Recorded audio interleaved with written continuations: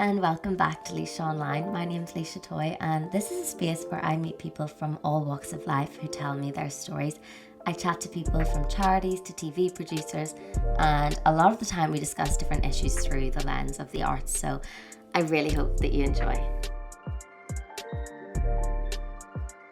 Welcome back to Leisha Online. I am in Bali today and I'm here with Lexi MacKeown. Thank you so much for doing this. Well, thank you so much for having me. It's so exciting. This is your first podcast, isn't it? This is my first podcast. This I've got is a bit so of exciting. podcast nerves. Oh no, don't be nervous. I'm so excited to chat to you. So would you like to introduce yourself to the podcast? Yeah, sure. So my name is Lexi. I am 26 years old. I'm a social media creator. And I live in Bali. So exciting. Tell me a little bit about your journey and how you got started doing social media. Growing up, I think my mum was so creative and artistic, and I just loved that. And I feel like when I was in school, I think I never really tapped into it as much because you're not really told when you're younger. No. Oh, like fashion's a job or art's a job or creativity. Yeah. Like I don't think those are traits that are necessarily being leaned into with 100%. With the younger generation. Even now, you know, you're going to school, you need to be good at maths, you need to be good at English. And, you know, I was always okay going through those kind of things, but I just loved anything creative and art. And my parents could see it from a young age. And I think it was only when I was in university and you know what, I did a course that I loved and I'm grateful for that. And I think if you are choosing something for your course, to just go with something you love, because at the end of the day you won't turn up if you don't love something. You will get sick. Yeah, you'll get sick of it. So I'm super glad I did that. And I was in psychology and history was my undergraduate. Yeah. And I loved that. I loved it, but it just wasn't feeding that part of me that needed the creative side of you. Yeah, exactly. And I think it was only when I was in kind of going through lockdown and I started, you know, posting online and kind of, I think that was when that kind of influencer boom was happening. And I was seeing that and I was like, well, do you know what? Maybe like I really enjoy this. I knew I always loved fashion. So maybe I could do something with this. And then that's okay. Started just posting, I guess you could say, during the pandemic, not really with much foresight into what would come. And I think when I finished my undergrad was then when I was kind of like, okay, like let's see where I can go with this. Like let's see what I can do. Yeah. And do you remember what video it was that you first created? Because I remember like the first time I did like talk to my story or did a voiceover on a video. Do you remember the first time you did something like that? I still can't do that. Really? I'm still awful. Like it's so funny. I think people, like even when I said this is my first time doing a podcast, and I'm such a chatty person. Yeah, I assumed you'd done loads. No, like I am quite not media shy, but I think I do. It's kind of hard. It's hard to put that version of yourself that everyone else sees when you know that it's going to be viewed by a lot of people. Yeah. Do you know what I mean? And I think I still get nervous about content and everything. Like I don't think that goes away, but especially as a creator, you're always obviously trying to, you know, reach a new personal best in terms of your likes, your views, your following. Like there's always that pressure to do better. Yeah. So I think, you know, you're always your biggest critic. 100%. Like I even had a video the other day that went super viral and I would say I was 90% sure. I was like, I'm not going to post this. Really? And I was like, I'm not going to post this. Oh, I don't have makeup on. Like it just doesn't, you know, the lighting's not amazing. Yeah. And I was just critiquing and I was like, and then I was like, do you know what? Like, no, just post it. And then it went crazy. And it's just like, I'm my own worst enemy with those things because I'm such a perfectionist. I always have been. How do you go about planning all of your content then? Because I was saying to you earlier, like you put up such amazing outfits, you've got so many amazing videos, but how do you do it all? And like, do you go about this with a plan set or do you just kind of go into it and just think, I'll just do whatever and just like kind of... Honestly, it's just touch and go. It's just as I feel. I mean, even now, that video that did really well, I've got a bit of like the internet scaries and being a bit like, okay, like there's a lot of eyes on my page. Yeah. So I've almost taken a step back because I've kind of like, okay, well, you know, there's again that kind of thing. Where do I go from here? What am I posting next? But I am very much an in the moment person. I struggle to do things when it is not authentic to myself. Yeah. And I think that does shine through my Instagram. I think I don't take paid ads on my Instagram. It's all very much my own, you know, my own creative concepts and my own like things I actually genuinely use, things I actually genuinely like. So I kind of just whatever I'm feeling at the day, you know, it's like whether I might be going out for work or for this, and I'll take a little outfit video, or the idea might pop into my head just then and there. But I mean, I definitely think I can get better with posting. Your life's just too cool. You're just like, I don't even need to plan it. I've got this on and this on, because I love the days in your life videos. They're so cool. Oh, really? Yeah, I love them. And I did Pilates today, and I was thinking of the Pilates video you did, and I was like, oh my gosh, it is really tough. But like the one that I did, it wasn't even like normal Pilates. I think we had a ball. Yeah. I was like squatting on a ball while holding like this ring, and like there was just so much things going on. This morning. Too much things for my brain at one point. I was just like, this is a lot. Like I commend the girls that do it, because it is hard. Yeah. So hard. I did the reformer one this morning. It's like the machine, and you've got the weights on it. I was like, this is actually too much for me to be able to do all these things at one time, like putting the rings on and like holding the weight. I was like, I don't even, I don't know. I was the exact same. Yeah. I was struggling, and everyone else was making it look so easy. I was like, I'm fine. Like, I'll be cool. Yeah. Like, put on my cute little gym gear. But I was like, oh my god. I'm going to go back though. I'm going to go into it, because I actually really enjoy Pilates. Yeah, I think I'm going to now try to become a Pilates girl after that, because I've done 3 sessions. You get like 3 sessions. So I think now I'm going to go for it. Yeah, I keep saying this and then I don't end up doing it, but I will. Yeah. I will. I'm going to get into it enough. I think it almost takes a few times, you know, for it to be scary, and then once you go over that hurdle, you're fine. 100%. And being in Bali is like the best place to be able to try out new things. There's always so many things going on here. Yeah. And you went to the Aria activewear. She's from Belfast. She is. Yeah, she's lovely, Ariana. Yeah, she's so stunning. She's lovely. I went to her event recently, just as support, because I obviously work for another activewear brand, Bound Apparel in Ireland. So it was like nice to see the community come together, and she came to our event and stuff, and she's lovely. So it was lovely. Yeah. And I'm gonna go back to what you were speaking about fashion earlier, and like getting into social media. But in terms of fashion, when was the first time that you kind of like loved clothes? Was it growing up? You're like, oh my god, I'm so interested in it, or was it after lockdown? I think, it was I don't know. I think it just came from, I don't know. I think it was just the way that I was best express myself. Especially coming out of, I think during school, I was probably a bit more into myself. I definitely loved that I could just, you know, when you come into college and you're just wearing whatever you want, and I felt especially like in London as well. I think it's such a culture shock, because everyone's wearing whatever they want, and you feel so much freer. Yes, and like I was only saying this to a friend the other day, how I think this was only like last year, maybe the year before. I was wearing something out in Cork, and I was literally getting laughs at, girls pointing and laughing. And I was just like, if you're wearing, like, you could wear the craziest outfit, you won't get a second look. You're just blending in. Definitely not. Do you know what I mean? Definitely not. Like, if you're walking through Shoreditch and you have the craziest thing ever, like, people aren't going to take 2 seconds looks at you. But it's funny how there is that culture difference between somewhere like London and Ireland. But I knew that's why I think I ultimately did make the decision, right, I'm not really going to find what I'm looking for in Ireland. And it was, like I said, kind of when I came out of my university degree, and I went into lockdown, and it was just the whole world's coming down around you. You're like, oh my goodness, like I can't have my graduation and everything. But I think I was just like, right, I'm going to just try somewhere new and get out of here. Because I was in boarding school growing up. Right. So I grew up. I grew up in boarding school. So when you ask about like... Grew up in boarding school? Oh my goodness. Yeah, I grew up, not many people know that, but I grew up in boarding school. So from a young age, I was, away from family. Like, I didn't see my parents for sometimes months. Right. And I think I was able to handle my own from quite a young age. So when I was in Cork for too long and too close to home kind of thing, I think I was like, right, no, I need to go and spread my wings, and I'm okay with distance. So I'm in Bali, so I mean that says a lot, doesn't it? Yeah. Oh my god. I mean, and here's me in London. I was so homesick, and it's like literally just across the water. Yeah. But everyone's different. But I didn't know you went to boarding school. That reminds me of like when I was younger, I wished I went to boarding school. Do you know, like the twins at St. Clair's? Do you know those boots? Yes. I was like, oh my god, I want that to be St. me. Trinian's? Yeah. Oh, was that what it was? It like that? I mean, like it was and it wasn't. I mean, I have such fond memories of school in that sense, and you know, you do end up having like, you know, like a sisterhood of girls who were just sleeping over, and like just some of the things that went on. Like it is like the movie. Like my sister I remember, so I can't remember, she set off a stink bomb and it stunk out the entire floor. Oh my God. And the entire floor of this boarding school had to be evacuated for hours because it just spread all over the dorms, and we couldn't go to sleep. And this was at nighttime. And,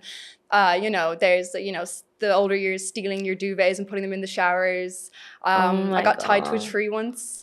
By the older years on like one of our fun days. Yeah, like this is like the stuff that it's like. And did all the girls' ages like stay in one room then, or was it like different age groups? It's different age groups, but throughout your entire time, the facilities there now are quite different. Yeah. I think it's kind of come on, and people have a little bit more of their own space. Yeah. But when I was there, you had 8 beds, bed locker. Oh my goodness. Locker bed this big and bed that big. Just 8 per room. Yeah. Up until you were in 6th year, I think. Yeah, 6th year. 6th year then had a different building, and you had maybe, you could have 2 to 4 in a room. Right. So it's a bit smaller.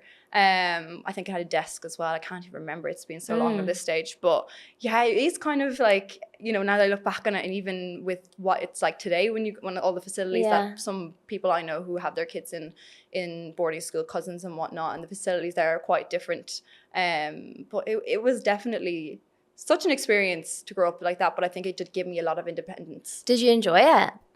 I did. I definitely enjoyed like aspects to it. I think being away from your parents from such a young age, I don't think you really understand the toll it takes on you until you're older. And like I said, I think that has pros and cons. Yeah. I'm almost too comfortable now with distance. Yeah. And then I don't quite independent. You know what I mean? Yeah. So, and I think, and even when it comes to friends, I think people can take that in a bad way, but it's like, I'm always thinking about you, and I'm always, I always consider you to be a best friend. I know who my best friends are without talking to them for a long period of time. But you're just a very independent person. Yeah. I think that comes as well when you move away, because even like, this is completely different, but like I moved out at 18, and I know like now I just kind of think, I kind of not forget to communicate with my family, obviously, but you've just got your own life, and you just kind of have to be thinking about like the bills or the different things that you need to get done. And then like sometimes you're like, oh my gosh, I need to text my mom. I haven't spoken to her, but it's like there's a list of people, and you just gotta, every few weeks I work down them. Okay, and you say, how's this person doing? This person has a baby. This person has this. Like you need to just work your way down, and that's where my life's at now. Like I have friends who are having their children. I have friends who are getting engaged. And now you're like on a completely different time zone. I'm on a completely different time. Must be even worse One of my friends texts me all the time. She's like, Lexi, you've been there for a year and I still don't understand what your time zone is. Like I text you should be texting me at 4 a.m. in the morning and be like, why aren't you responding? I'm like, girl, yeah, she forgets that you're away. Yeah, no. And what about kind of like being an individual? When you said about like boarding school and stuff and you're speaking about fashion, what was it like then? Were you kind of always in your uniform, or were you able to have your own twist on things? So again, boarding school, I mean, like there are a lot of aspects to school that I absolutely loved. I think there was a period where I wasn't quite myself, and I mean, we all go through mental health stuff and whatnot, but we actually were allowed to wear our own clothes. Oh, that's cool. In 5th and 6th year. But then that's like a whole other thing then, that like people are thinking, oh, what is she wearing? Like, but I was in a tracksuit every day. Yeah. I was in my Victoria's Secret pink tracksuit pants with the pink on the bum. Love that. Which I made sure to get, for my Christmas list was what my Victoria's Secret pink pants, which they're now coming back in, which is so funny. And my Uggs. Yeah. Which is obviously again coming back in, yeah. But I was always, and then a giant jumper. So I was just, you're in baggy clothes every day. And like, to be fair, a lot of the girls were like that as well. That was just, you were sick of wearing a uniform by the time you got to 5th and 6th year. So you just wanted to be in as comfy as clothes. And it was pretty cold in that school too. So, oh my gosh. Yeah, because I remember growing up. I don't know if like you ever had this, but everyone used to wear like GAA clothes everywhere. And I remember, I don't know if that was a thing for you. No, I mean the guys. The boys definitely, our boys would definitely wear like the O'Neill's pants. Yeah, yeah. But now again, they've come back in. Yeah, because I remember like my mum got me this, and I would have loved this, but my mum got me like a pink fluffy coat from, I can't even remember, one of like the little like boutique shops. Yeah. And I remember the girls being like, oh, like, why do you not wear like O'Neill's quarter zip? And then I was like, oh, maybe I should be. Yeah. And I found recently that like wee fluffy jacket, it's tiny now, but I was like, it just goes to show like who you want to be growing up and the things that you're interested in. You do kind of become that when you're older. And absolutely. Yeah. But I think definitely finding myself and finding my style was a large part of kind of growing out my school phase and just finding confidence going into university and finding friends there and everything. I think it just gave me a whole new level of confidence, and I definitely found my style going through university and found that was something that I could actually make into a job and a career. So I think it's like coming into yourself and finding, I mean, like I'm still finding my style now. I mean, I think I even look back on photos from the pandemic and I'm like, oh my God, I know. I think that was good. Those do you remember the tie-dye, was it like a tie-dye t-shirts and stuff? Oh my God. I had some really interesting. I still love, do you know Matilda Djerf, that Swedish influencer? I've literally been to Stockholm twice, and literally because I was like inspired by it, I just loved her whole way of life, and I had friends in Sweden, but I was literally obsessed with her. And I look back now on some of the outfits I had, and I was like, honey, you do not look like Matilda Djerf right now. Oh no, but I loved it. That's so sweet. I was the exact same. I mean, like, you going back on my Instagram, please don't. But if you do go back and you see some of the, I'm just like, what was I thinking? But it's all part of, I wouldn't have been where I am now if I didn't go through all those different phases and stuff. But, it's one of the, I even think as when you're young and you're, obviously there's so much with trends and everything. And I wouldn't say I'm a trendy person, not like in terms of, feeding into trends. I won't feed into something if I don't like it, but definitely your style evolves as the older you get. And I am now looking towards that more like, refined. Oh, okay, like I'm an older lady now. I'm an older lady now. I gotta be like, No, not at all. What is it? Like demure? Demure. I can't with that word anymore. If I hear that one more time, I'm actually annoyed I just said it. Bring it out of the podcast. I know, literally cut that out. But then, so now, like you told me about your journey kind of with fashion, and now you're working for a fashion brand. Tell me all about it. Yeah, so I'm currently working, I say like it's more like still freelance work. I'm not necessarily still contracted on them. I work freelance for a lot of different brands. And ultimately where I've kind of found my niche is in UGC, which I have been doing it's become massive in the last 6 months to a year. I've been doing it now basically for the last 2.5 years.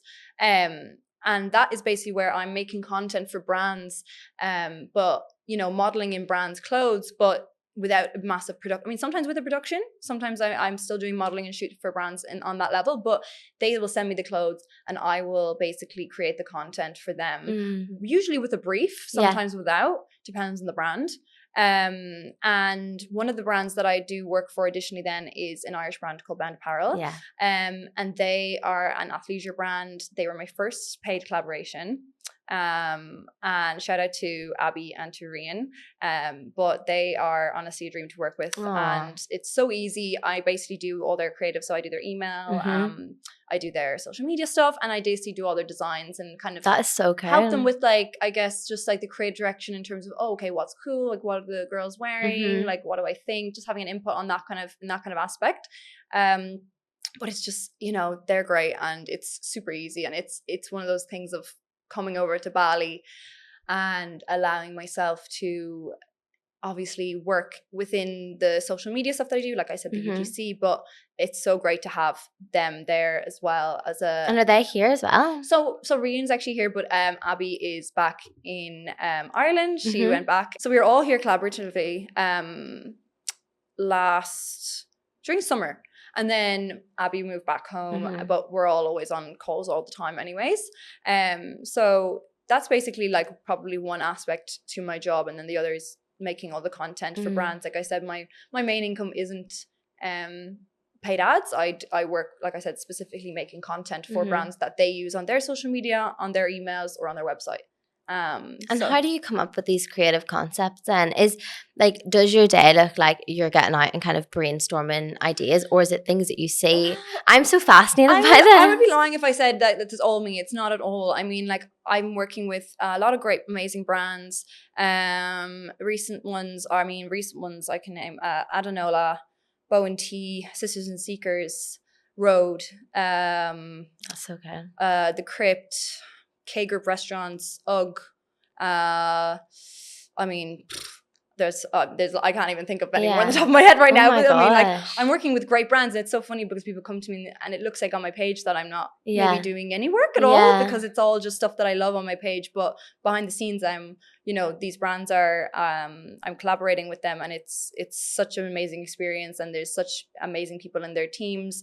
Like, I get sent a brief, so it's not all me. Like I said, I get sent a brief. It can be very specific. Like, it can be just about anything, and the task at hand is just that I'm basically producing that content myself. I actually have a photographer here. Right. His name's Kate. He's lovely, and he's a local Indonesian, and he helps me basically shoot my content. Right. Because I can't really do it myself. Like, a lot of it, like, you know, the pictures of or videos of me in organic settings, like cafes or this or that. You know, those pictures that you might see online. I can't shoot those myself. No. So I do have help to do those. But, you know, brands will send me briefs. And I mean, just an example of one recently I did for Sisters and Seekers was the campaign was like Lady Muck, and it was supposed to be festival core, grunge core, and all that kind of stuff. So they send me the clothes, and then the brief is like, you know, no very earthy tones, very kind of strong posing, festival basically core or anything like that. So I'm then in the middle of a basically rubbish yard that has like this pebble section ground, and I'm lying on the ground and doing all these poses. And do you find these places by yourself? Yeah. I go location hunting, and then I get a beer and I'm sipping the beer and I'm doing all these poses, and then at the end I'm, you know, getting that shot where I'm throwing the beer, like I'm throwing it on someone. You know, it's like fun things like that. Like, I love that. It's like it's literally, and people always say it's like my face lights up when I talk about creating content, and I love doing that, and not just for me but for brands as well. Like I said, I worked in a brand for 2 years in London, so a lot of my job was to come You've got that mind for it. Yeah, that was my job. And did you study marketing then as well? So coming on from college, university, like I said, I really kind of found myself in my creativity, and loved, like I said, loved history, loved psychology, and that really helped my way through college to get the grades that I wanted. But I just knew that was not going to be the line of work for me. I found a course in London, and I kind of said, okay, like, let's see if I can do a master's course. So I ended up going with a college. No, it is a university. It's a university degree that I found in London. I won't name them, but I did end up actually dropping out of that halfway through. I paid an abhorrent amount of money for the first few semesters, and I just realized it was a load of codswallop. Like, just goes to show that you don't need a degree to do what you're doing. Too bad about it, but I think it's like that limiting mindset that you think, I can't do this unless I have this. And my boyfriend's really good at always saying this to me and putting this back in my head. You know, it's that voice in your head that's saying, oh, you can't do this. And it's limiting beliefs about yourself and about your environment. And I think I was like, oh, I can't work in the fashion industry until I have a credential or have this degree or something. And I saved up all this money. I worked, I literally worked 2 jobs, and I worked in a call center, and I saved up all this money.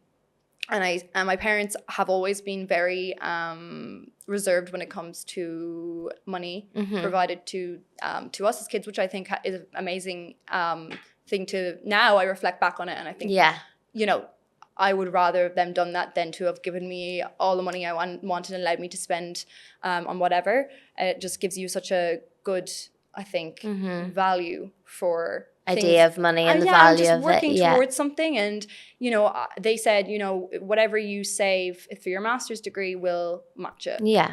So I think I saved up like 6,000, 7,000 euros. And that was only enough to pay for like a quarter. That's crazy. I think a quarter of the course. So they were, even at that, they were going to match that. And I was going to continue to work alongside the course. But, you know, it took a couple of months. And, you know, when you actually, and I will say this, when I went into the course in London, you don't actually realize what an amazing standard of education we have in Ireland. And like a lot of the stuff that I was learning was like things that we would have learned back in literally 4th or 5th year in school. Really? Yeah, in terms of like data and data analysis and all that kind of stuff. And I was just like, there's no way. There's no way that I need to spend all this money. And as well, it was just that much money at such a young age to try spend on this course. The fees, I think, are it's in London, crazy. And I just realized, like, do you know what? To be fair, I got a job alongside it, and I was on a really, really low wage. Coming into London, anyone who's in London will kind of know what it's like to work and live there. But I think I was on £20,000 in London. Oh my God, what year was that? And this was alongside trying to save more money for that master's that I told you. So I was working that job full time. But what year was that? Oh God, this was only 4 years ago. 20,000 in London. This is only 4 years ago, and I was on 20,000 in London when I first went over, working a full-time job while doing a master's, and that job was so stressful. My goodness, I was working crazy hours with that. You know, you finish college and then I'd be working until 3 a.m., 4 a.m.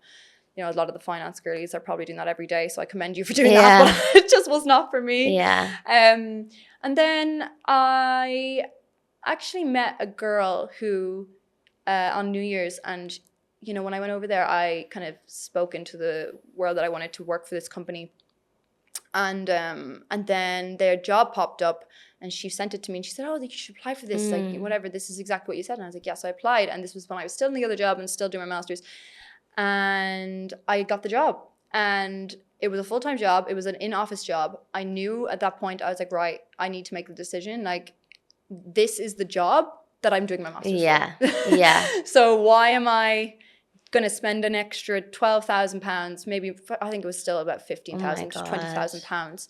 Why am I going to spend all that money and literally live, not even living in London, basically? You're lucky you hadn't got it all paid off already. Otherwise, I chose installments on purpose because, like I said, I was working, and on the side at this point, by the way, I was doing social media stuff at this point. I was getting small collaborations, but like, Jesus, to try and save it, I don't even know what I thought was trying to save up all that money. But I tried to give it my best shot. But yeah, I basically took the job, and that was at a brand, an Australian owned, London-based brand called Naked Wolf. And then within 8 months, I was promoted in that to basically their PR and social media manager, which obviously from a young age was a very stressful, but it was a really rewarding in the sense that I was that's amazing. I got so much experience from it. I met the most amazing girls, and yeah, it was amazing. I did love London, but leaving for me was definitely the right timing, and I think I needed to start doing my own thing and not living someone else's dream. It just goes to show, though, you don't need a university degree to do everything. Because I do think utilising kind of the tool of social media is what is pushing people forward 100%. So much. It is amazing to learn from like lectures. Like, I did a degree in broadcasting, but I don't know that I would say that you 100% need it to work in TV or media. Like, well, definitely not. Because a lot of things, yes, it's like, maybe you study like scripts or you learn different techniques, but it's on the job. When you get into a TV set or like into a radio, you're learning on the job of what works, what doesn't. Like, you meet people every day who teach you things. So I definitely think like there's definitely different avenues to get places. 100%. And I think in this day and age, what I can say right now to anyone who's wanting to get into social media, like, it is your personal brand and is everything and can get you in a lot of places. Like, if you are willing to put yourself out there, it will pay off. Like, you know, and I don't want to say lucky, because it isn't luck, because I did put in that work to try and you know, get that personal brand and get the following and everything. And even at that, like, I'm not a great poster. Like, there's girls out there who are doing 4 or 5 TikToks a day in Ireland, and they're amazing. And like, you know, there's so many creators in Ireland that are amazing, and I'm not up there at all. Like, I'm very much a modest creator. I'd say you are. I am not. I'm a very I have a small, like I said, that video that did well, I got like full panic mode, like, oh my goodness, there's too many people on my page, like, I want to like turn these eyes away from me. But like, I love doing the work for those, like I said, with the those brand briefs and actually creating the content for me. Like, it's not work for me. It's so fun. In Naked Wolf, like, I was, you know, coming up with all these concepts for these shoots and seeing it out from end to end, all the product shoots, I was doing the events, I was doing the influencer gifting, and I don't know, I basically was doing like anything that in terms of that covers the PR, and I just loved it. And the stuff then that you learned at Naked Wolf, if you kind of brought that on into your career now, is that stuff that you still use? Well, yeah, I think everything is like there's time management, there's like, but I think in university as well, and people that like, if you ask me about tell you about a module I learned in university, wouldn't be able to tell you about yeah, wouldn't be able to tell you that's always the way. But it's not those skills that you're really nurturing when you're in university. It's the ability to work around people, it's the ability to work with people, to communicate well, to be able to critically analyze things, to be able to manage your time well, meet deadlines. Like those are the skills that I think really did transpire when I went into my job. And then again, working in that kind of environment and working in such a fast-paced job, I would say I'm very good under pressure now. Yeah.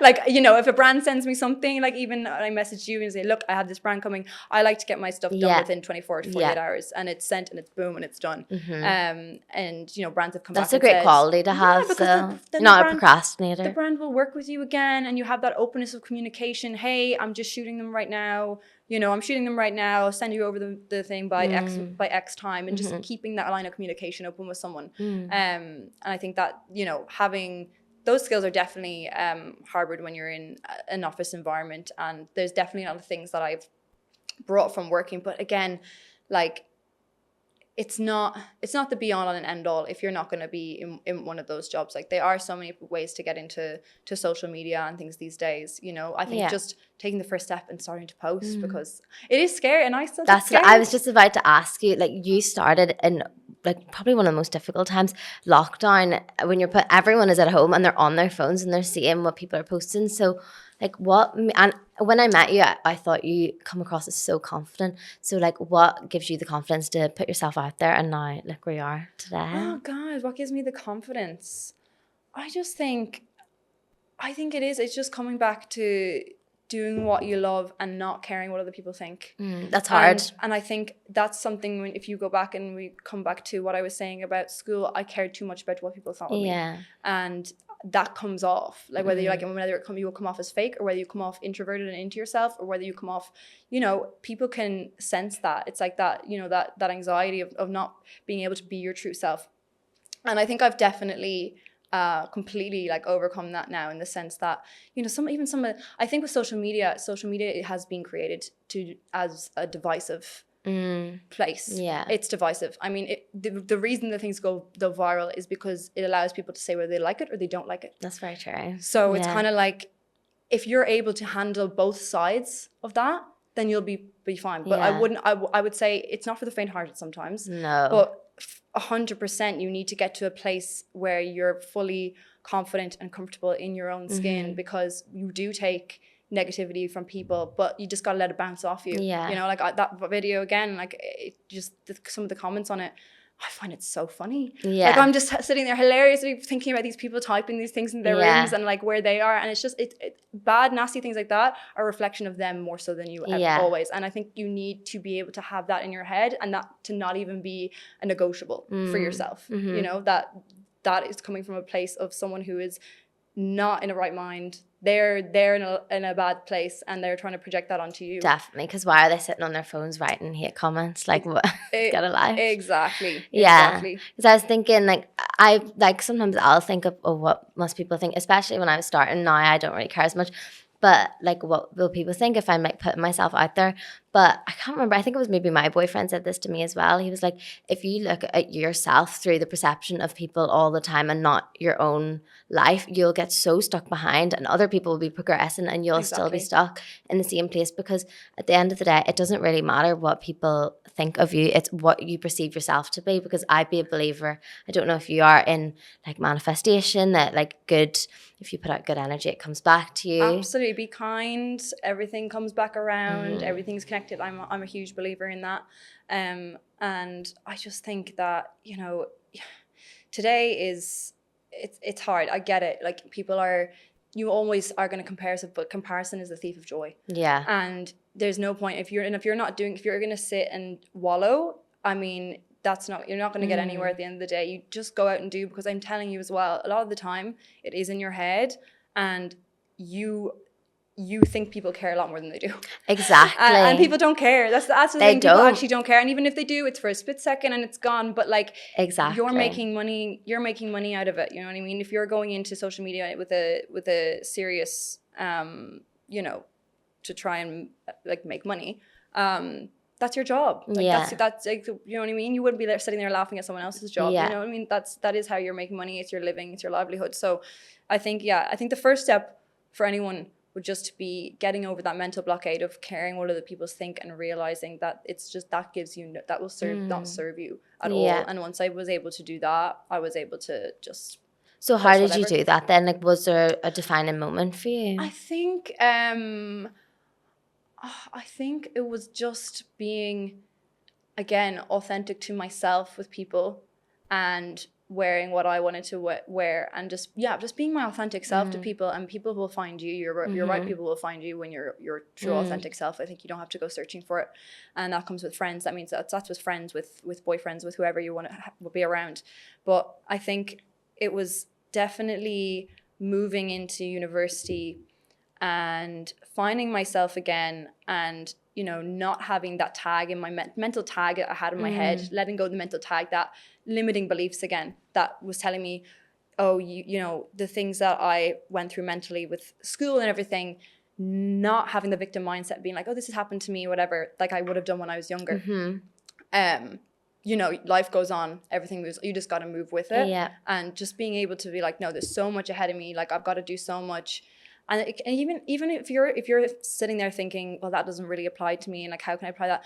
Just little things that you're scared to do, just try and do them. Like whether that's going to the gym in, you know, gym and workout gear, and you're afraid that you're showing too much of your body or something, or you're going out to a place alone, eating alone in public. I have friends who wouldn't eat in public alone for years. You know, just doing things that scare you, getting out your comfort zone a little bit every day, and challenging yourself to do those things. You know, and after a while, it just becomes routine, and it's just normal. You don't even notice anymore. You know what I mean? If you're too focused on your own lane and what you're doing, everything else is just white noise. Something I think that's helped me is definitely like romanticizing your own life and staying off social media, because you don't even realize how much time is spent scrolling all the time. Like even like seeing what other people are doing. So I think like I like journal and stuff, but I think when you romanticize your own life and your own self and say like, look, I'm like, even at the moment I'm traveling and I'm like trying to make the most of it, and just like kind of glamorizing your own life in your own mind for no one else, but except for yourself. Oh, absolutely. And I think, you know, I saw something the other day that resonated with me, which was that, you know, if your 13-year-old self could see where you are now, how cool would they think you are? How, like, they'd be like, oh, we did all that? We're like, this is where we are? Like, you know what I mean? And I think it's easy to forget that that version of yourself, and that, you know, that there's a whole like life ahead of you when you're young. And I think you're so, it breaks my heart to hear, you know, whenever I hear of someone who's going through school and struggling, and you hear all these horrible incidents with the young these days, and I just go back and think, you know, how short-sighted you are, and you think that school is the be-all and end-all and everything. And I understand, because it's so difficult to go through that environment not knowing how to regulate your emotions. And I always say this, you know, sometimes my friends say, how are you so strong, and how are you so resilient with things? And I am grateful that those life experiences early on have brought me to a place where I am able to separate myself emotionally from those sort of things, and to really reflect on things, I think, not only for myself, with myself, but with others as well, you know, and be able to, I think, just stop and think before I'm, you know, reacting to things, or when it comes to just any sort of situation, just being able to I think just see everything from different perspectives. Because when you are younger, you are a bit, you know, like, it is about you. I mean, like, you're young, it's like, you know, what else is there besides school and everything? It's easy to just think that is the be all and end all, but honestly, there's just so much for you outside of those walls. And I just think everyone just keep going if you're in that situation, because I think as well, like putting other people on a pedestal if it's your boyfriend or friends and thinking like, oh, they're doing this, that's great. But I honestly think it wouldn't hurt to put yourself on a pedestal and like to talk yourself up sometimes, because if you don't, no one else is going to. So I think like there's like, even in my own life, there's times that I put other people over myself in certain situations, or I just think like, oh, look what they're doing, instead of like reflecting on my own life and being like, well, I've done this. So I think like just giving yourself a pat on the back. Exactly. Yeah, 100%. I think we're all bad at that sometimes. Like, you definitely are, 100% your own worst enemy, because everything, again, we're creatures of habit. And I think as humans, we just look at things, we take things as they are at that moment, and we forget about everything else, So even if not going right for you, you just have to think about all the things that have gone right for you that week. If you're having a bad day, it doesn't mean that if something bad happened to you that day, it doesn't mean you're having a bad day. It's just that, that's what happens. That's life. There's ups and there's downs and stuff. So, but I think being able to separate yourself from those moments and not be so like critical, I guess. Yeah, or defined by them, I suppose. Yeah, because I think we obviously all make mistakes and stuff. So, but it's there's definitely a pressure there when you're online, and like, I mean, there's so many girls, like I said, in Ireland who, I mean, my heart goes out to them sometimes when I see some of the stuff that people are saying on social media. And like I said, it's such a divisive place, and like their content is going viral, and there's the people who love them and there's the people who hate them. People can say such horrendous things behind a screen because they know that they're like hiding behind that people, maybe they're anonymous or whatever, but I think it's disgusting. Like I said, it reflects so much more on them as a person, and if they understood how I think about that and how the creator on the other side actually feels about that, they'd be embarrassed. It's not doing what they think it's doing. No, it's not coming across how they think it is. Well, I must say your energy comes across amazing. I think I really do. I think it's really nice, and like it's nice to hear you kind of speak at length. Maybe you should start your own podcast. I'm quite nervous. I'm not nervous. Like I said, I'm quite nervous talking in front of You're so well spoken. Oh, thank you. Yeah, really eloquent. That's my daddy and my mummy. Oh, that's so nice. Raising me very, they're very well spoken. That's so nice. But I seen on your TikTok you said you're starting something on your own. What is that? Can you tell me now? Yes. Okay. Well, you can give me like a teaser or something. Yeah. Well, I mean, I can't really say much now, to be honest. But I think if you do follow me, it's not going to be a shock of what type of brand it is. It seems very authentic to me, very true to like my everyday, my look and everything. I'm not going to let away what it is or anything, but I am in Bali at the minute. I'm working on the first kind of, I don't know. I'm so excited for you. The first, like, you don't have to tell me too much. No, it's okay. But I definitely want to say it because I think it's important. I give a lot of myself, and my boyfriend, he's been saying to me for 5 years, and this all comes back to the same thing we're talking about self, criticism and your own worst enemy. And there was always that limiting mindset of mine to say, I can't do this until I have this, and I can't do this until I have this. And I'm now, into content for the last 4 years, and I still haven't done anything with it in terms of bringing out my own brand. Because I think ultimately that is where you kind of, not everybody, but that is where I want to go. And if you're really into fashion and designing and creative, then I think that is a place that a lot of people within my similar position would want to go eventually. And he's been saying for 5 years, like, you need, Lexi, like, you need to do something, like, come on. And it's really only been this year where I've been finally have kind of mustered up the confidence to be like, no, do you know what? I think I will be able to do this well. And if they can do it, then surely I can do it, 100%. Because I've, like I said, I've worked in an extremely stressful environment for other brand, like that, the brand that I worked for in London for 2 and a bit years. And, now for Bound, I know the processes from end to end. Finance side, don't talk to me about that. Yeah. I haven't a clue.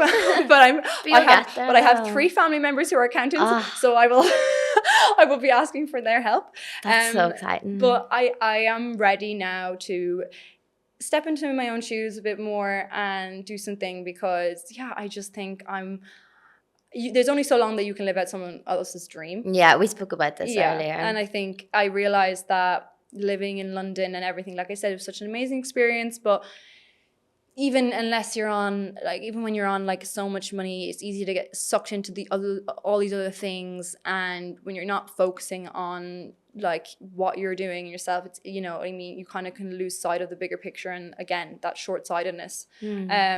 So I think living in London, I did get so much experience, but I just realized that if I would not be able to put my own time into what I want to do, or just live freely for myself if I'm not fully financially independent, and also, going off and on my own time clock. And if I'm working someone else's dream, I'm never going to be able to do my own.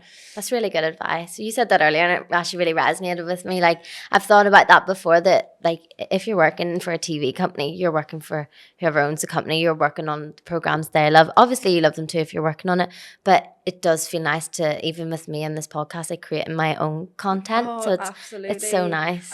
I'm so excited for you. Yeah, I'm excited. I think so. And again, what I hear time and time again, which really did it for me as well, was brand owners come to me and say, Lexi, you treat this like it's your own. Like, you treat my brand like it's your own, and you're so excited. I can see the excitement when you're talking about the content we're going to make together. You're talking about this or that, or you know what I mean. And I'm just like, if I'm that excited about someone else's thing, then we channel that energy into my own. And how amazing will I feel once I do that, So I think that again was like a deciding, like, wow, like this is really makes me happy, and this is really where I want to shine. So that's, I want to bring it into my own thing. And it sounds amazing. Like, your boyfriend's so supportive as well of everything. He's so supportive, and he's been the biggest believer in me. And I have, I was just not there with the confidence and everything. Just, you're always second guessing yourself. But he has been from day dot being like, you need to do something. You're going to do amazing. But all this. And my parents as well. Yeah. I must do an honorable mention to my parents. I think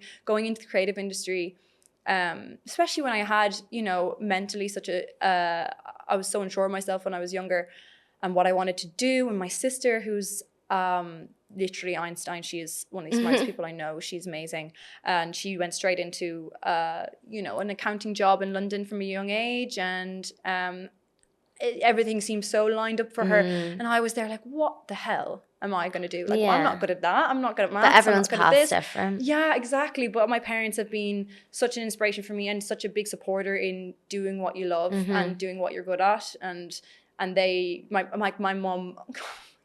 I've become so close with my mom in the last few years, especially because we had such a turbulent, relationship. Growing up when you're a teenager, and I was away from home as well. I wasn't around. So if you have an argument, that's going to linger for months because I'm not speaking to them. Yeah. But I have such a great relationship with my mom, and she's honestly, like, she will go out, rain, hail, or snow, and take my photos for me and everything, and I'll treat her to a little lunch, but it just never feels like enough. Like, she's just so, when I'm home and I don't have the photographer like I have in Bali or something, and she's there helping me, and honestly, she's sweet.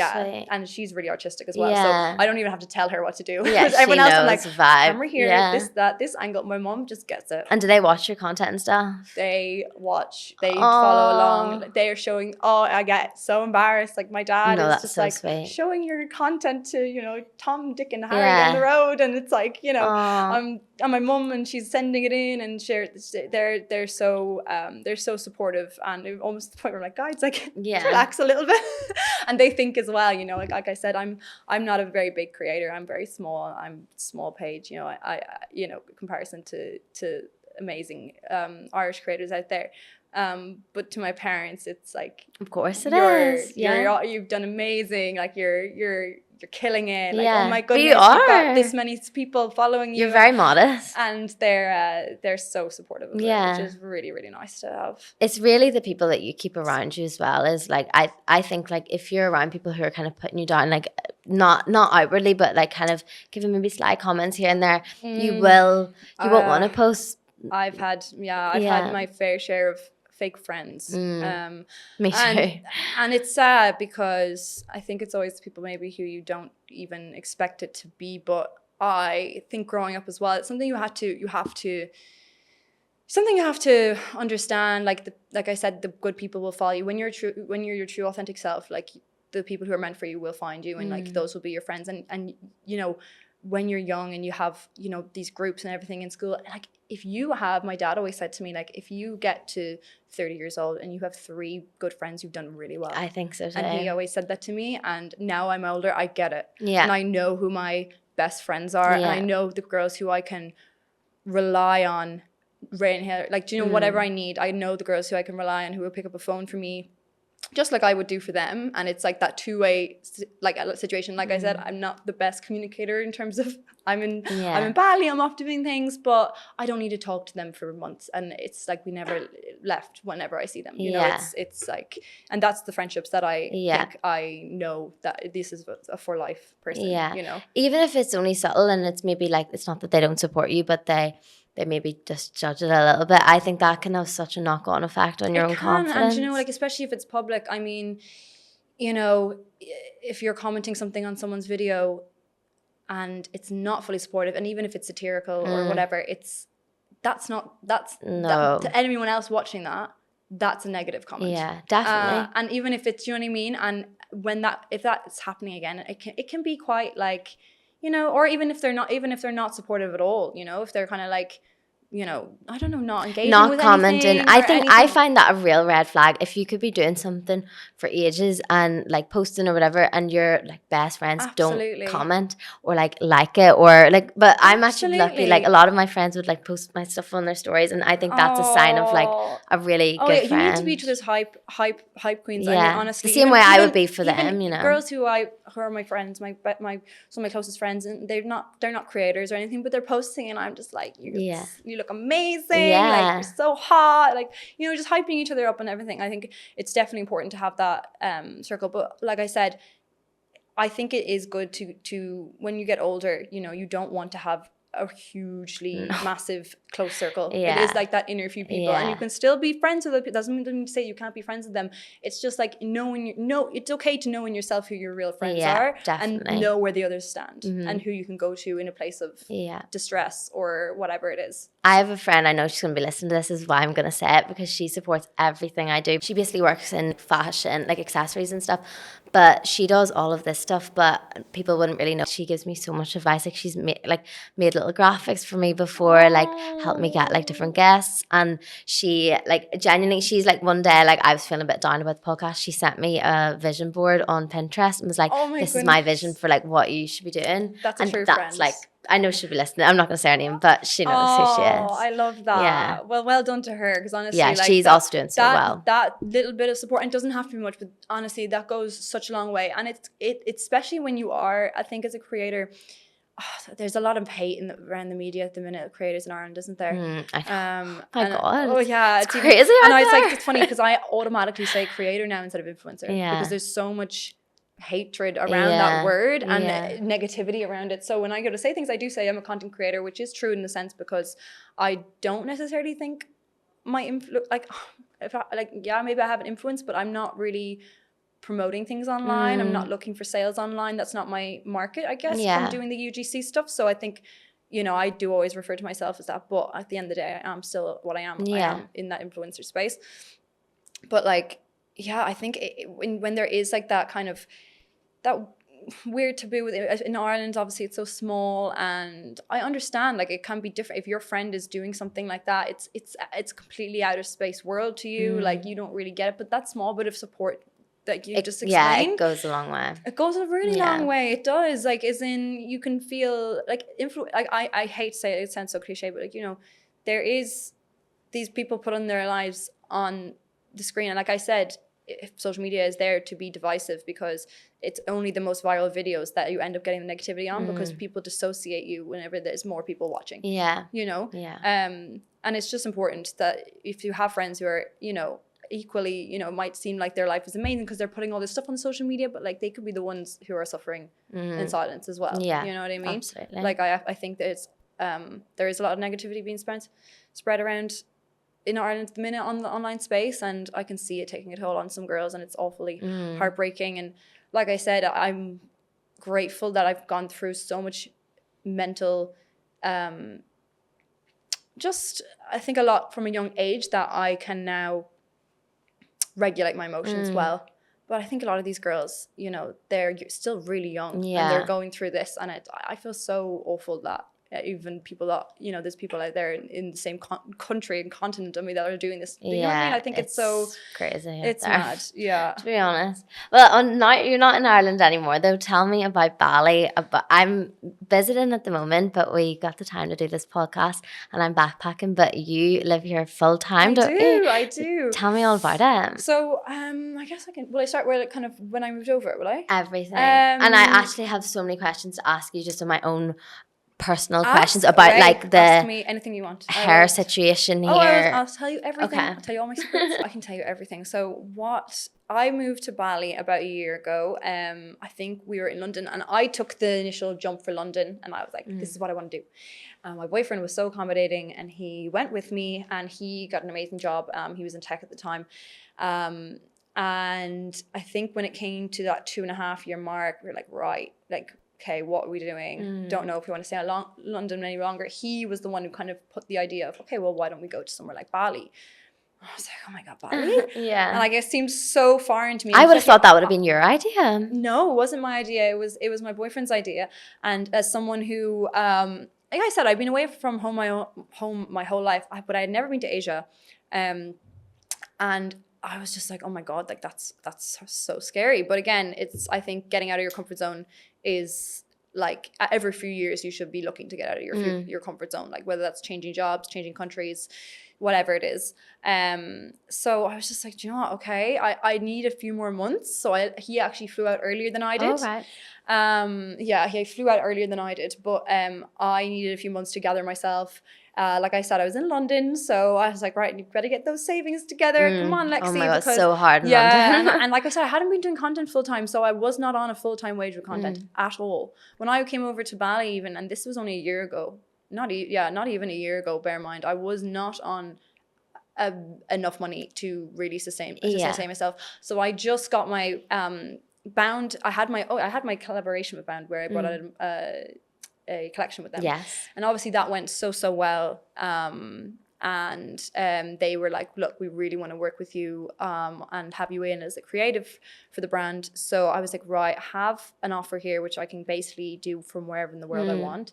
And, you know, I've been in this job for 2 years. I think it's time to do something new. So I came over about 2 or 3 months after my boyfriend initially did, and we were just in a guest house and he was setting up his own company, and like we were obviously you're living very comfortably in Bali, like it's Bali, but I just started then really getting into doing like the content full time, and like that was the first time I was like, right, this is my job now, like I gotta pull up the boots and everything. But you know what, it's so weird, funny, because a lot of people said to me, oh, you're in Bali, is that not going to hinder oh no, not at all. Your job. I wish I was staying prospects, here. But no, it's anything. It's made it better. I have full access to all the Australian brands. American brands don't mind sending here. European brands, again, like I've worked with like some of the biggest and top brands since coming here. And you know, a lot of them, I mean, like the customs aren't great, but but I mean, aside from that, everything goes smoothly here and I absolutely love it. I have a little dog. I know, I was going to ask you. Did you start by fostering your dog then? I did. I have, do you know what? I have, you know, when I'm at home, I get so tied to home. Like I said now, so close to my parents, so close to my family. And when I'm home, I'm such a home bird. And when I'm home in Ireland now, because I'm living abroad, I'm living at home. Although we do have somewhere to stay, like a house back for myself and my boyfriend back in Ireland as well. But I stay at home, you know what I mean? I want to be at home. I want to be around my family. My dogs are there. And I think I was just missing them so much, that companionship and everything, and just having them around. And I said, right, I'm going to foster one. And I didn't tell my boyfriend. And then I was just like, hi, like, I'm bringing back this foster puppy tomorrow. And he was just like, you just know you're going to keep it then. Like, it's so funny because like he is literally even more in love with that dog than I am. Like it has brought out a side to him that is just so lovely, because he wasn't allowed dogs when he was younger, whereas I had dogs. His mum was so heartbroken from a dog, and God bless. So anyways, we fostered it. And I think there must have been a time where we didn't even need to say anything. We both knew, like, you know, like this is our forever dog. Like, we cannot give this this lovely, she's called Diesel. Aww. I was like, we cannot give Diesel away to everyone. Like, she's our dog. So yeah, we adopted her only recently. That's so sweet. And she's a rescue. If anyone in Bali is looking to adopt or foster, it's called Hope for Bali Dogs. And they're overwhelmed, even if you wanted to donate or anything, because I think I'm going to try and do, anyone in Bali listening to this, I'm going to do a sale, like a yard sale type thing with all my clothes before I go back for Christmas. Oh, I wish I was here for that. Like everything, like €2, €3, but I'm going to give it to the Bali, hopefully the Bali dogs. Hopefully, like, I'll try to sort it out how I'm going to do that with logistics, and I don't even know if anyone will go, but I'll figure that out. But yeah, it's honestly, breaks my heart. Obviously, when in Bali, that's one of the things that you don't really get used to, because you're so used to, every single dog you see at home basically belongs to someone, and is looked after and treated like a princess. And in Bali, it's just not like that. And in Asia, unfortunately, like, that's just not the way things are. And you wish you could save them all, but yeah, at least I feel that at least I've have a little bit of a contribution by helping Diesel. Like I said, I couldn't imagine giving her now away to someone else, because it's like, that's one more dog at least that, so another person can foster another dog, and Diesel's out of that. And have you like officially adopted her then? Do you have to like sign papers or whatever? Yeah. That's all. It's all officially adopted her now. And we're staying in Bali for the foreseeable. We're going to see where it takes us. I mean, in terms of, we can get her out of Bali in a few years when she's a bit older. But we're going to be in Bali for a good while longer anyways, I think, because it's like, we've got a nice place here now. And do you know what, I'm just such a sun girl. I'm a summer girl. Oh my gosh, I do not want to leave already. I need my tan. I need like, that is just me to a T. So although saying that, I'm so excited to go home and cuddle up with like a Sunday roast and, my dog there and whatever for Christmas. I'm going to go home for Christmas and spend that with my family. So I'm so excited to do that. That would be so nice. You do get sick of the heat after a while, like a little bit. You know what I mean? Yeah. I just want my hair just goes, we were talking about this, like your hair goes so puffy, and well, mine does, like in the humidity. I took a car here because I was like, if I take a bike, I will look like I've just stuck my hand in a socket. I don't even know if my hair is straight anymore, to be honest, but it's fine. Your hair looks great. But I go to a salon called, I usually go to a salon called Hair, and they do my blow dry, and I do get a blow dry like once every week or once every 10 days or so.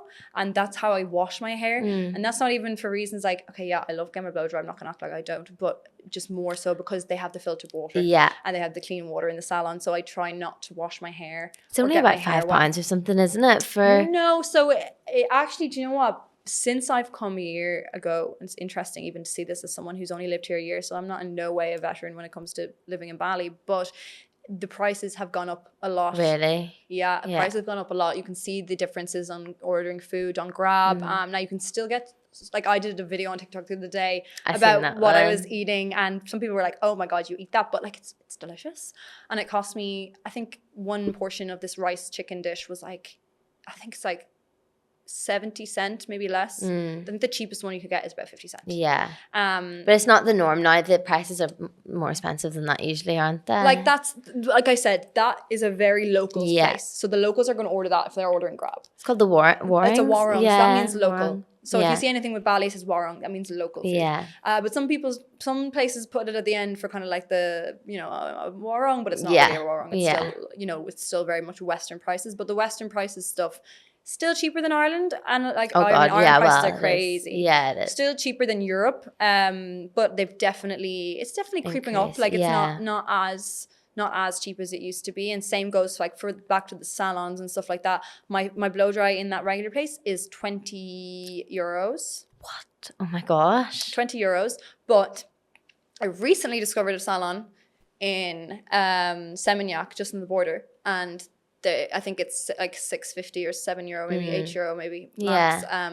And they did an amazing job. Like, they had my blow dry that I have now, right now. So nice. Yeah. So they did Rachel Green. Yeah. But they get like so many people being like, that's not Rachel Green's hair, and I'm like, oh my God, like, sorry. And she has loads of different hairstyles. She has loads of different hairstyles. Like, I'm sorry. I know. Oh my God. But they're just better. I think Bali prices, like, you think you come in and you have money, but you have to still be careful with your expenditure. Like, you can rack up a bill pretty quickly because you think that you're spending so much little. And I will say, if you are eating in Bali, I think you come over, and if you're in a villa and you think, oh, you know, if you're one of those couples that enjoy cooking, you will end up spending more money cooking in Bali than not. I remember I was like, oh, I'm going to save money this week. I'm going to cook.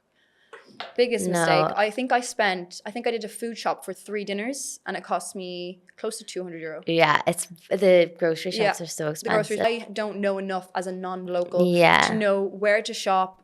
Like, you know what I mean? Like, do you know what I mean? And they're not even that. I mean, there's small ones, but in terms of the produce that you would be looking to get as a Westerner, if you're not looking to make the typical Indonesian foods, I'm talking if you're wanting to make your spaghetti bolognese, if you're wanting to make your just the Western dishes that we would know and love, you're not going to find those produce at a market. You do have to travel quite far out to go to those like authentic markets. I think there's one small ones throughout the place, but like not the big ones. Yeah, but they're just not going to have those. No. Do you know what I mean? And don't get me wrong, my specialty is a Thai curry, and I love Asian food. Asian food is me too. My most favorite cuisine there is. I mean, if I'm at home, we take turns cooking whenever we're all at home, just like a family, because we have a sit-down meal every night at home. It's very like, my mom and dad are very like, phone away, no elbows on the table, sit down, have your dinner together, and everyone talks. That's my family life at home. But we all cook, and my specialty is Thai curry. Oh, so nice. I make a Thai curry whenever I'm home, maybe once a week or something. And like, I love Asian food, but I did get food poisoning recently. Oh no. Yeah, really. What happened? Is it Bali then? No, so I think people get a bit confused, not about, or Bali belly, like using the term Bali belly. I do think Bali belly isn't necessarily food poisoning, because when you come to Bali in general, right, there are certain things that might make you sick that won't obviously to a local, because your stomach is not made for the normal bacteria and things that are just everywhere. Do you know what I mean? It might just be for the food. It could just be in the air. It could be anything like that. So Bali belly, I mean, like, I've never suffered, but I grew up with an extremely diverse palate at home. My mom would make the spiciest curries. Like, I eat that anyway. Like, I would eat a full chili. Yeah. Like oh, really? Yeah. Like, I love spice, and I've never really gotten Bali belly ever. But what I did get was salmonella from. I think I'd rather have Bali belly. But I did get salmonella recently from, but again, if someone commented as well on my TikTok saying, you know, like, oh my goodness, like, you eat that, like, you're not scared of getting sick. I've never gotten Bali belly or food poisoning from a warung, a local dish. No, I've got it from, what I got it from was a proper establishment for sushi, who have numerous restaurants. You'll have to tell me the name after. Yeah, I will. But it was from a proper establishment, and my sister got it as well. So it was definitely from the restaurant. We both had it. She wasn't too bad. I think she was done within 40 hours. I was, oh my God, like, if I showed you Alicia this picture of me, like, I could not eat for for a week. It was horrendous. But that would be probably the least good thing when it comes to Bali. When you're sick in Bali, it's like a game over. Like, this is not something you want to do, is be sick in Bali. I mean, I think the foods in the warrings are just incredible. I've got so many amazing dishes. I think it's like the rice. A list of where to go. I can't remember the name of it in Indonesian, but it's rice with an egg. It's like nasi goreng. Yes, I had it yesterday. So it was so nice. That's what I got from the local. That's where I got from the local. Every time I get one, like, I literally, like, I'm gonna go home now after this podcast. I'm gonna go and I'm gonna eat a nasi goreng, and it's my go-to. It's so nice, so good. Anyone in Bali, don't be turned off the local food. Honestly, it's amazing. It's far better than the like Western food. I've never gotten food poisoning from a local cooking the food ever. And what about making friends here then? How has it been? Making friends, like I said, I keep my inner circle quite small. But I actually met a girl who had followed me on social media. I knew who she was because she had modelled for Bound before. We were sitting beside each other on the plane on the way over. Oh, yeah, that's meant to be. Her name's Diana. She's amazing, and she's been such a rock for me. And I like I said, I like to have, like, my singular friends. I don't really do, like, big groups. I kind of just like having, like, a full, you know, one-to-one with this person and having really good chats and time, like, valuable time spent together. Like, that's kind of like what I seek in friendships. And I'm not really much of a going out person. I used to be in my younger days, but not anymore at all. I'm very much, you know, since university, you know, obviously university, you're going out maybe once a week or whatever. I'm very much a homebird now. I like to just be at home with my face mask and everything. So when I find someone who, like, is, like, on that same vibe, it's perfect. Other than that, I'm, like, just with my boyfriend a lot of the time. But I have so many amazing friends, like I said, who are in so many different places of the world, and I'm if I'm trying to put too much of my time into people here, I feel like I'm neglecting my friendships at home. So I'm also trying to like balance that and like keep in contact with them as much as I can at home. And I just need and like I said, I'm very much happy to be with myself, and I have homebody. I am. But I'm working. Like you meeting people through work and stuff. And I'm literally just at home with my dog, with my boyfriend. We're going out for walks, we're going out for dinners together, and then a few times a week I'll meet up with my friends here, and like it'll be amazing times to spend together, and we're doing something fun with whether that's going to the beach or whatever it is. But I'm pretty good at going out and being social when I want to be, but I am like a very like reclusive person. Like I just like to be in my own space, and I love it when people add to that and are happy to come and come to me with my poo of the day, or whatever it is, going to the gym together or whatever, Pilates, like you said, you like Pilates. I love doing that kind of stuff. But I've had some amazing friendships that I've literally even popped up in the last year. Like I had Robin Trout and Ashton Kavanagh, who are two amazing creators in Ireland, each with their own brands as well, doing amazing things. And they came over to me for a few weeks during the summer, and it was so nice because like having that breath of fresh air of having it's nice to be around people as well in the same, obviously doing the same thing as you, and I honestly, it was so nice having them. And I just have a spare room, so they just bunked in our spare room, and they came over, my sister as well. So and you're living your best life. I am. I think again, like I said, I'm not quite at comfortability yet. And my boyfriend definitely always says, you don't want to be too comfortable ever. So I'm not quite at that comfortability yet where I'm like, oh, I'm ready to leave. But I think I'll definitely keep seeing what Bali has to offer for the next year and a bit, and then probably off to the next place, thinking South America, thinking Europe, thinking Australia, thinking I don't know, wherever so exciting, wherever it takes us. Well, look, thank you so much for doing this. I have loved having you on. Honestly, it means so much to me, you taking the time out of your day to come and chat to me. Thank you so much for having me. Honestly, it's been a dream to talk with me. I feel so comfortable. It's my first podcast. I'm honoured to be your first podcast. I hope I wasn't, talking too much on the mic or saying anything too. No. Because I feel like I have to just slow myself down sometimes. I talk too fast and people are like, I can't understand. No, I was like super interested in everything. It's like, you're Irish and you just I know. And it's just like no one can understand a word I'm saying. Yeah, we've definitely ran over our time, but this is so much fun. So thank you so much, honestly. And to anyone who's listening to the podcast, thank you so much. And let me know if there's anyone else that you would like me to get on the podcast. All right, thank you. Thank you so much, Aisha. Bye.